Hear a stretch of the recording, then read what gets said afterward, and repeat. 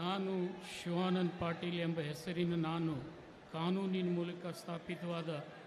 ಭಾರತದ ಸಂವಿಧಾನದ ವಿಷಯದಲ್ಲಿ ನಿಜವಾದ ಶ್ರದ್ಧೆ ಮತ್ತು ನಿಷ್ಠೆಯನ್ನು ಹೊಂದಿರುತ್ತೇನೆಂದು, ನಾನು ಭಾರತದ ಸಾರ್ವಭೌಮತೆಯನ್ನು ಮತ್ತು ಅಖಂಡತೆಯನ್ನು ಎತ್ತಿ ಹಿಡಿಯುತ್ತೇನೆಂದು ಮತ್ತು ಕರ್ನಾಟಕ ರಾಜ್ಯದ ಮಂತ್ರಿಯಾಗಿ ನನ್ನ ಕರ್ತವ್ಯಗಳನ್ನು ಶ್ರದ್ಧಾಪೂರ್ವಕವಾಗಿ ಮತ್ತು ಅಂತಃಕರಣಪೂರ್ವಕವಾಗಿ ನಿರ್ವಹಿಸುತ್ತೇನೆಂದು, ಭಯ ಅಥವಾ ಪಕ್ಷಪಾತವಿಲ್ಲದೆ, ರಾಗದ್ವೇಷ ಇಲ್ಲದೆ ಎಲ್ಲ ಬಗೆಯ ಜನರಿಗೆ